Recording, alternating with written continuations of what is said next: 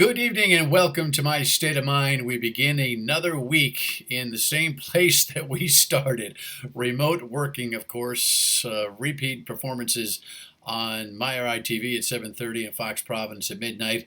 We'll just keep doing it till we don't have to do it anymore. And of course, as I look outside over my screen, it is windy, it is raining, it's a mess out there. So hopefully you fared well in this weather. It only added to the feeling of here we go again this week. But sunshine's coming tomorrow. And yesterday, Easter Sunday, Jesus is risen, and the celebrations of such, it was very strange, wasn't it? The idea that you had to watch a service or a mass online, participate that way best you can, seeing the pews empty as they have been, just, it's a mind blower. And then family gatherings, which cannot happen online, right? So you have 7 blocks of families, all of whom would have been together for Easter dinner, all chiming in and sharing what they are having for dinner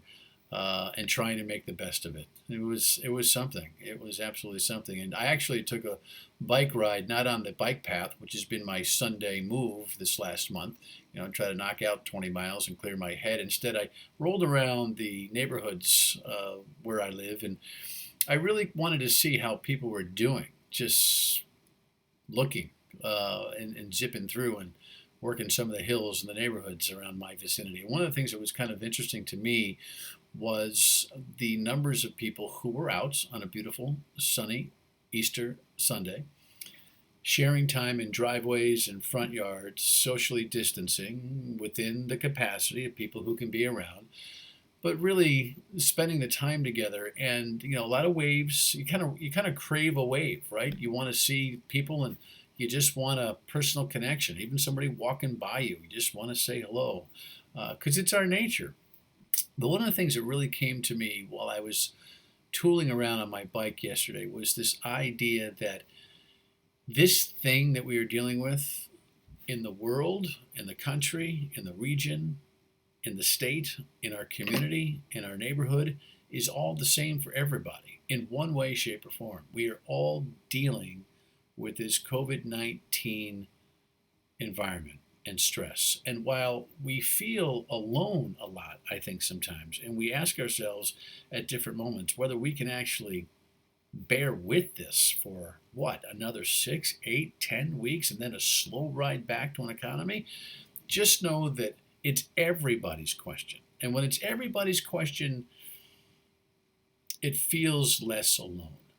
So that was my take from yesterday. A couple things in the news. Governor Raimondo announced a Goldman Sachs $10 million loan fund today, and all you got to do is check the great reporting by folks like Ted Nesi on WPRI.com, and you'll see that in 7 hours, $10 million in loans were gobbled up in the application sent to the Commerce Department here.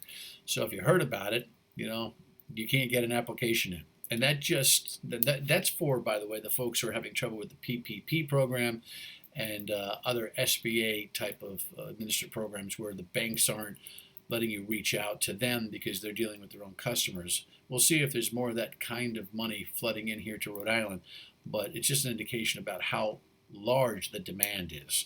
So sit tight, keep fighting for your business. There might be another loan fund coming your way. Keep your eyes and your ears open. Meanwhile, the governor shared some time with Governor Cuomo from New York on a televised phone conference with governors from Pennsylvania, New York, Delaware, Connecticut, Vermont, and Rhode Island as they were trying to articulate a regional strategy for, quote, opening up their states. Same thing happened on the West Coast. While the president's tweeting pretty aggressively about he being the sole determiner to have the power to open the country again. We all know no matter what the president offers, and by the way, kind of fancy that he wants the centralized power with him to open the country, yet he wanted to decentralize a lot of things to battle this virus at the beginning.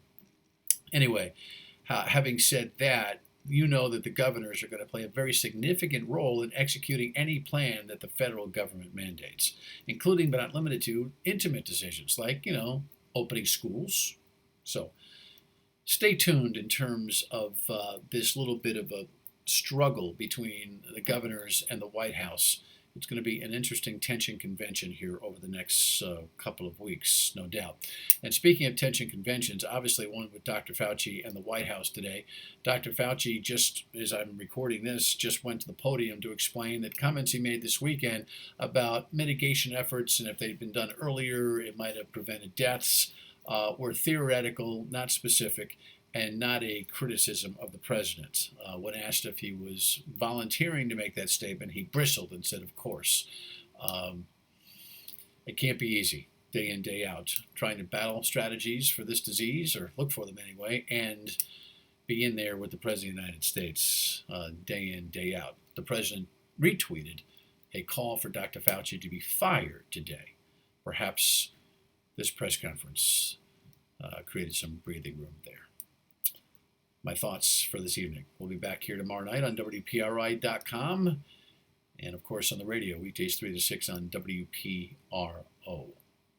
Wash your hands, don't touch your face, and tonight, stay out of the wind. Good night.